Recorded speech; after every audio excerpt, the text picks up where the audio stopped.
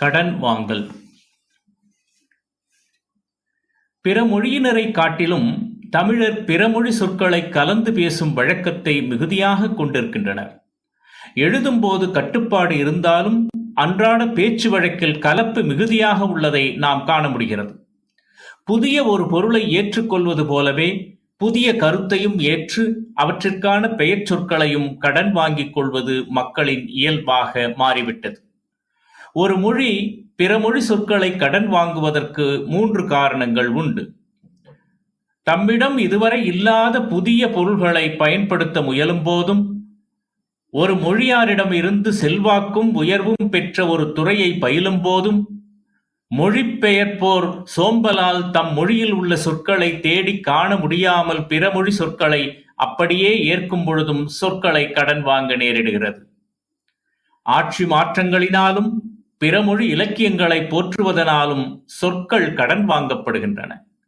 சிறந்த பொருள் ஒன்று புதிதாக ஒரு நாட்டில் செய்யப்பட்டு அப்பொருளை இறக்குமதி செய்வதுடன் அப்பொருளுக்கு அந்நாட்டினரிட்ட அதே பெயரையும் பயன்படுத்துகின்றனர். நாடாளுமன்றத்தை உருவாக்கியவர் ஆங்கிலேயர் என்றாலும் நாடாளுமன்ற தொடர்பாக வழங்கப்பெறும் ஆங்கில சொற்களில் சில பிரெஞ்சு மொழிகளிலிருந்து கடன் வாங்கப்பட்டவை. நாகரிக வாழ்விற்கு உரிய பல மொழிகளின் ஆங்கில மொழிபெயர்கள் பிரெஞ்சு மொழிபெயர்களாகவே இருக்கின்றன. ஏனென்றால் அப்பொருள்கள் பிரான்சிலிருந்து வந்து பழகியவை. ஆங்கிலம் பிறமொழி சொற்களை கடன் வாங்கி தன்னை வளமாக்கிக் கொண்டிருந்தாலும் புதிய சொற்களை உருவாக்கிக் கொள்ளாமல் வரையறையின்றி கடன் வாங்கியதற்காகவே அம்மொழியை English is a mongrel language என்று சிலர் குறை கூறுவதும் உண்டு. கடன் வாங்கப்படும் சொற்கள். ஒரு மொழியில் பெரும்பாலும் கடன் பெறப்படும் சொற்கள் பல உண்டு. அவை பொருட்களின் பெயர்களும் பண்பு பெயர்களுமே பெரும்பாலும் கடன் வாங்கப்படுகின்றன. வினை சொற்கள் குறைந்த அளவுதான் கடன் வாங்கப்படுகின்றன. இடைச்சொற்கள் மிக மிக அரிதாகவே கடன் வாங்கப்படுகின்றன. துணை வினை சொற்கள் கடன் வாங்குவது இல்லை. வினை விகுதிகள், வேற்றுமை உருபுகள் போன்றவை பெரும்பாலும் கடன் வாங்குவதே இல்லை. ஒரு சில எண்ணு பெயர்கள் ஓரிரு இடங்களில் கடன் வாங்குதல் இல்லை. ஒரு மொழி மூவிடப் பெயர்களை கடன் வாங்குதல் மிகவும் அரிதாகவே உள்ளது. மொழி கலப்பினால் சொற்கள் மிக விரைவாக கலக்கும். ஒரு மொழியை பற்றி ஏதும் அறியாமலே அம்மொழியின் சொற்களை கேட்டு அவற்றை தம் மொழியோடு கலந்து பேசுவதை நாம் காண்கின்றோம். வேறு இரு மொழி பேசுவோர் ஏதேனும் ஒரு காரணம் பற்றி கலந்து பழகுவதே சொற்கலப்புக்கு வழிவகுக்கும். அரசியல், கலை, சமயம் ஆகியவற்றின் காரணமாக மக்கள் நெருங்கி பழகுவதால் மொழிகள் இடையே கலப்பு ஏற்படுகிறது. அதனால் சொற்களும் இலக்கண கூறுகளும் ஒரு மொழியிலிருந்து மற்றொரு மொழியில் கடன் வாங்கப்படுகின்றன என்று சொல்லலாம். மொழியில் கடன் வாங்குதல் போலச் செய்தல் என்று மொழிநூல் அறிஞர் எஸ்பர்சன் கூறுவர். பிற மொழி சொற்கள் தம் மொழியில் கலப்பதை ஒவ்வொரு மொழியினரும் அவ்வப்போது எதிர்த்துதான் வந்திருக்கின்றனர். பிற மொழி சொற்கள் தேவை கருதியும் பயன் கருதியும் கடன் வாங்கும் போது எதிர்ப்பு உணர்ச்சி தோன்றுவதில்லை. அழகுக்காகவும் மதிப்புக்காகவும் கடன் வாங்கும் போது எதிர்ப்பு உண்டாகிறது. ஒரு மொழியை கற்று புலமை மிக்கோர் விரும்பிய இடமெல்லாம் அம்மொழியை புகுத்த முயலும் போது அம்முயற்சி எதிர்க்கப்படுகிறது. பிறமொழி கற்றவர் தாம் கற்றுள்ள மொழி உயர்வானது என்று பல சொற்களை புகுத்த கருதினால் அம்முயற்சி எதிர்க்கப்படுகிறது. அப்படி புகுத்திய சொற்கள் உருவம் மாறாமல் பிறமொழி சொற்களாகவே வேறுபட்டு நிற்கின்றன. இப்படி ஒட்டாது நிற்கின்ற வேற்றுமொழி சொற்களின் அளவு மிகும்போது தம் மொழியின் இயற்கை தன்மை கெடுவதாக மக்கள் உணர்கின்றனர், எதிர்க்க முற்படுகின்றனர். ஜெர்மானிய மொழியில் பிரெஞ்சு சொற்களும் தமிழில் வடமொழி சொற்களும் கலந்தபோது இவ்வித எதிர்ப்புகள் இருந்துள்ளதை நாம் அறிய முடிகிறது. பிற மொழிகளிலிருந்து ஒரு சில சொற்கள் வந்து கலவாது ஒரு மொழி நிலவுவது மிகவும் அருமை.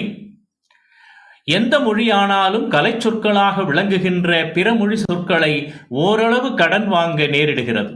கலை சொற்கள் ஒரு மொழியில் கலக்கும் பொழுது அவற்றை கற்போர் சிறுபான்மையராக இருப்பதால் எதிர்ப்போ இடரோ விளைவதில்லை என்று சொல்லலாம். ஒத்த செல்வாக்கு உடைய இரு மொழிகளுக்கு இடையே கலப்பு நிகழ்ந்தால் இரு மொழிகளுமே வாழ்ந்து கொண்டிருக்கும். இல்லாவிடில் செல்வாக்கு மிகுந்த மொழி வாழ பிரிதொன்று மறைந்துவிடும். ஐரோப்பிய நாட்டில் ரஷ்ய மொழியும் அர்மேனிய மொழியும் கலக்கத் தொடங்கிய பொழுது அர்மேனிய மொழி மறைந்துவிட்டது. ஆயின் ரஷ்ய மொழி கலப்பை எதிர்த்து போலிஷ் மொழி என்கின்ற ஒரு மொழி வளர்ந்தது. இங்கிலாந்தில் கெல்ட் மொழி இருந்த இடம் தெரியாமல் போய்விட்டது. அங்கெல்லாம் ஆங்கிலமே செல்வாக்கு பெற்றது. ஆங்கில மொழி எவ்வளவு கலந்த போதும் ஐரிஷ் மொழி அயர்லாந்தில் அழியாமல் நிலை பெற்றது. ஜெர்மானிய பிரெஞ்சு மொழியினர் அமெரிக்க நாட்டில் குடியேறி வாழ்ந்தபோதும் அவர்கள் மொழி மறைந்துவிட ஆங்கிலம் மட்டுமே நிலை பெற்றது. அமெரிக்காவில் பிற ஐரோப்பிய மொழிகள் நிலைக்காது போனது. ஆங்கில மொழி மட்டுமே நிலை பெறுவதற்கு அந்நாட்டு அரசியல் செல்வாக்குதான் காரணமாகிறது. ஒளி அமைப்புக்கு ஏற்ப சொற்கள் மாறி அமைதல். பிற மொழி சொற்களை கடன் வாங்குவோர் ஏற்றுக்கொள்ள வேண்டிய நெறியாக தொல்காப்பியர் மொழியின் ஒளி அமைப்புக்கு ஏற்ப பிற மொழி சொற்கள் தமிழில் அமைய வேண்டும் என்று கூறுகின்றார். வட சொற்கிளவி வடவெழுத்தொறி எழுத்தொடு புணர்ந்த சொல்லாகும்மே என்று தொல்காப்பியர் கூறுகின்றார். அனுபவம், விண்ணப்பம், ஆணை, ஞானம் போன்ற வடமொழி சொற்களும் விவிலியம், உயிர், இங்கிலாந்து, ஏட்டையா போன்ற ஆங்கில மொழி சொற்களும் தமிழ் ஒலி அமைப்புக்கு ஏற்ப மாறி அமைந்துள்ளது. கிறிஸ்து என்ற சொல்லை சீன மொழியில் கிளிசெது என்றும், லகரம் அமைந்த பிற மொழி சொற்களை ரகரம் வருமாறு ஜப்பானிய மொழியில் திரித்து ஒலிக்கப்படுகிறது. ஒளி வேறுபாடு இல்லாமல் பிற மொழி சொற்களை அப்படியே கடன் வாங்கப்பட வேண்டும் என்னும் கொள்கையும் இப்பொழுது நிலவுகிறது. எனவே ஷேக்ஸ்பியர் என எழுதாமல் ஷேக்ஸ்பியர் என்றே எழுதப்பட்டு வருகிறது. திசை சொற்கள். மக்களின் பேச்சு வழக்கில் உள்ள தமிழ் சொற்கள் இயற்சொல். பேச்சு வழக்காற்று செய்யுள் அளவில் இருந்த தமிழ் சொற்கள் திரிசொல். வடமொழியிலிருந்து தமிழ் மொழிக்கு வந்தவை வடசொல். தமிழில் வந்த பிற மொழி சொற்கள் எல்லாம் திசை சொல் என்று 4 வகைகளாக தொல்காப்பியர் வகைப்படுத்தியுள்ளார். அச்சன், அதெந்து என திருவாசகத்தில் காணப்பெறும் சொற்கள் திசை சொற்களாக அமைந்திருக்கின்றன. தொல்காப்பியத்திலும் சங்க இலக்கியங்களிலும் பிறகு தோன்றிய காப்பிய இலக்கியங்களிலும் பக்தி இலக்கியங்களிலும் காலத்திற்கு ஏற்றவாறு பிறமொழி சொற்கள் கலந்துள்ளன. உரையாசிரியர்களும் பவணந்தி முனிவரும் வடமொழி இலக்கண போக்கை தழுவி எழுதினர். சமஸ்கிருதம் வாயிலாகவும் பாலிமொழி வாயிலாகவும் ஆரிய மொழி தமிழ் மொழியோடு கலந்துள்ளது. இப்படி பிற மொழி சொற்கள் தமிழில் கலந்திருக்கக்கூடிய முறையை 6 வகையாக பிரிக்கலாம். அரசியல் கலப்பு, வணிக கலப்பு, சமய கலப்பு, சமூக கலப்பு, இலக்கிய கலப்பு, திருமண கலப்பு என 6 முறையாக பிற மொழி சொற்கள் தமிழில் கலந்திருக்கின்றன.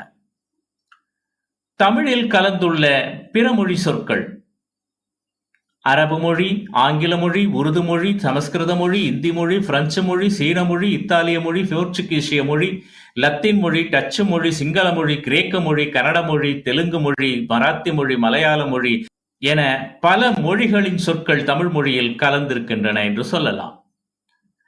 அரபு மொழி சொற்களாக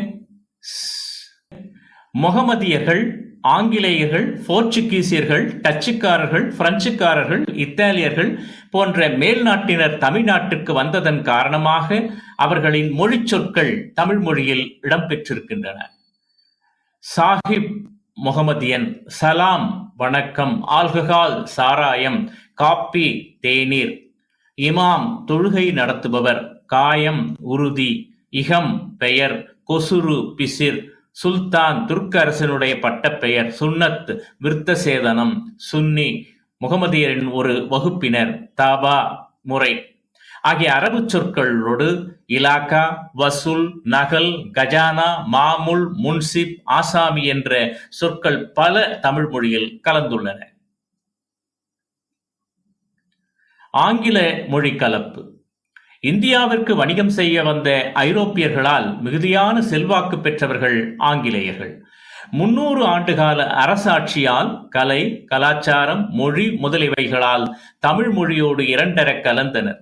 அதன் விளைவாக ஆங்கில மொழி தமிழ் மொழியோடு கலந்து பின்னால் தமிழ்ச் சொல்லாகவே வழங்கப் பெற்றன. ஹார்மோனியம் ஒரு வகையான இசைக்கருவி, என்ஜினியர் பொறியியல் வல்லுநர், ஓட்டல் உணவு விடுதி, காரெட் ஒரு நிறை, கிறிஸ்மஸ் இயேசு பிறந்த நாள், கோச்சு வசதி வண்டி, சம்மன் நியாய அழைப்பு கட்டளை, சென்டர் மையம், சினிமா திரைப்படம் என்று வழங்கப்பட்டது. சீல் முத்திரை, பண்டு நிதி, மேலும் radio, television, antenna, tea, coffee, motor, bus, cassette, doctor போன்ற சொற்களும் தமிழ்ச் சொற்களாகவே இன்று வழங்கப்பட்டு வருகின்றன. உருது மொழி சொற்கள். தென்னிந்தியாவை முகமதியர்கள் ஆண்ட காலத்திலே உருது சொற்கள் தமிழ் மொழியில் கலந்து தமிழாகவே வழங்கப்படுகின்றன. அக்கப்போர் வம்பு பேச்சு, அக்கு உரிமை, அசல் முதல், அமீன் பண வசூல் பணியாளர், அம்பாரம் களஞ்சியம், அலாதி தனி, இனாம் நன்கொடை, கசாப்பு கடை கறிக்கடை, கஜானா கருவூலம், கைலி இரவு உடை, சாமான் பண்டம், ராட்டினம் சுற்றி மகிழும் வாகனம், இவையெல்லாம் தமிழ் மொழியில் முகமதியர்களால் வந்து வழங்கப்பட்டன. டச்சு மொழி. டச்சு மொழிக்காரர்கள் வியாபாரத்தின் பொருட்டு இந்தியாவை அடைந்த காலத்தில் டச்சு மொழி சொற்கள் தமிழ் மொழியிலே கலந்து தமிழ்ச் சொல்லாகவே வழக்கு பெற்றன. கக்கூசு கழிப்பறை, துட்டு பணம், பம்ப்ளிமாஸ் பப்ளிப்பழம் போன்ற சொற்கள் எல்லாம் டச்சு மொழி சொற்களாக இருந்து தமிழ்ச் சொல்லாகவே இன்று வழக்கில் இருக்கின்றன. பிரெஞ்சு மொழி. 17ஆம் நூற்றாண்டில் ஐரோப்பியர் வருகையின் போது பிரெஞ்சுக்காரர்கள் வாணிபத்தை நோக்கமாக கொண்டு சோழ நாட்டிற்கு வந்தனர். வணிகத் தொடர்பு பிற்காலத்தில் மொழி கலப்பை ஏற்படுத்தியது. ஆசு சூதாடும் சீட்டின் முதல் சீட்டு, பீரோ இரும்பு பெட்டி, திருக்கு தாழ்பால், பொத்தான் இணைக்கும் கருவி, ரோந்து சுற்றுக்காவல், லாந்தர் கைவிளக்கு போன்றவையெல்லாம் தமிழில் வந்து வழங்கின. போர்ச்சுகீசிய மொழி. 15ஆம் நூற்றாண்டில் இந்தியாவிற்கு வந்தவர்கள் போர்ச்சுகீசியர்கள். இவர்களின் மொழி தமிழோடு கலந்ததன் காரணமாக போர்ச்சுகீசிய மொழி தமிழ் அகராதி தோன்றியது. போர்ச்சுகீசிய தமிழ் அகராதியே தோன்றியது. அன்னாசி பழவகை, ஆயா தாதி, கடுதாசி கடிதம், சிராதி அலி அடைப்பு, கொரடா குதிரை சவுக்கு, கோப்பை உண்கலம், சன்னல் சாளரம், தோசை பனையாரம், பாதிரி போதகர், பேனா எழுதுகருவி, மேஸ்திரி மேற்பார்வையாளர், அலமாரி இரும்பு பெட்டி, சாவி திறப்பான், கிராம்பு வாசனைப் பொருள் என்று போர்ச்சுகீசிய மொழிகள் தமிழிலே வந்து வழங்கியது என்று சொல்லலாம். பாரசீக மொழி. சிபாரிசு, ரொக்கம், சிப்பாய், சுமார், மேஜை, பக்கிரி, ஜமீன் போன்றவையெல்லாம் பாரசீக சொற்கள். இவை தமிழில் கலந்து இன்றும் வழங்கப்பட்டு வருகின்றன. இந்துஸ்தானி மொழி. பஞ்சாயத்து, தபால், கலாட்டா, துப்பி, அந்தஸ்த், அபின், உஷார், குமாஸ்தா, தர்பார், பங்களா, சமுக்காலம் போன்ற இந்துஸ்தானி சொற்கள் தமிழ் சொற்களாகவே இன்றும் வழங்கப்பட்டு வருகின்றன. தொல்காப்பியர் சுட்டுகின்ற திசை சொற்கள் கிளை மொழிகளில் இருந்து கலந்த சொற்கள் அல்லது ஒரே மண்ணில் தோன்றிய மொழிகளின் சொற்கள் அல்லது ஒரே குடும்பத்தைச் சேர்ந்த மொழிகளின் சொற்கள் என்று சொல்லலாம். கிளை மொழிகள் வரிசையில் பின்வரும் மொழிகள் இடம்பெறுகின்றன. கன்னட மொழி. தமிழோடு தொடர்பு கொண்டுள்ள திராவிட மொழிகளில் கன்னடமும் ஒன்று. மக்களின் தொடர்பு காரணமாக தமிழ் மொழியில் கன்னட சொற்கள் கலந்துள்ளன. அட்டிகை கழுத்தாணி வகை, எட்டன் மூடன், பட்டாக்கத்தி நீண்டவாள், இதா இதோ போன்றவை கன்னட மொழியிலிருந்து தமிழ் மொழியில் சொற்களாகவே இன்றும் வழங்கி வருகின்றன. மலையாள மொழி. தமிழில் காணப்படும் சொற்களுக்கும் மலையாளத்தில் காணப்படும் சொற்களுக்கும் மிகுதியான ஒற்றுமைகள் காணப்படுகின்றன. மலையாளத்தை ஒட்டியுள்ள பகுதியினர் இச்சொற்களை பெரிதும் பயன்படுத்துகின்றனர். கச்சவடம் வியாபாரம், அம்மை அம்மா, சவட்டுதல் மிதித்தல், குப்பி குடுவை, பட்டி நாய், பொடுச்சு பொடி, வெள்ளம் நீர், சொக்கன் குரங்கு என்று பயன்படுத்தி வருகின்றனர். தெலுங்கு மொழி.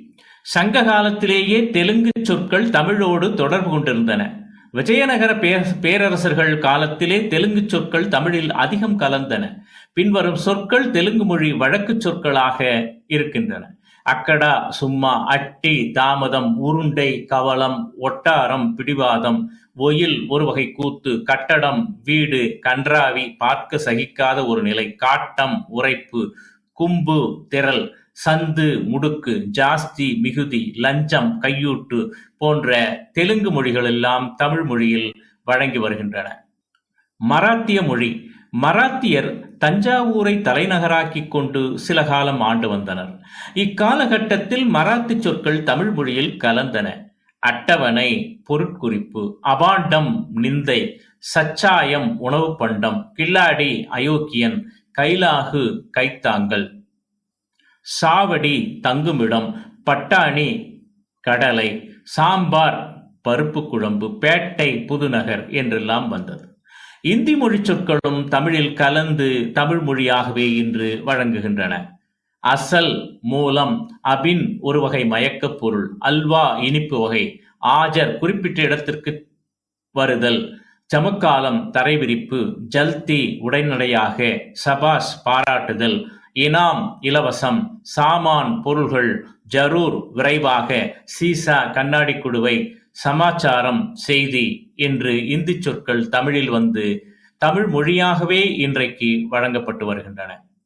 வடமொழி சொற்களும் தமிழ் மொழியில் தமிழ் சொற்களாகவே வழங்கப்பட்டு வருகின்றது. சந்தோஷம், சுகம், ஜலம், சபா, வசனம், விரசம், கல்யாணம், புருஷன், சுபம், பத்திரிகை, தேசம், சம்பாசனை போன்ற வடமொழி சொற்கள் எல்லாம் இன்றைக்கு தமிழ் சொற்களாகவே வழங்கப்பட்டு வருகின்றன.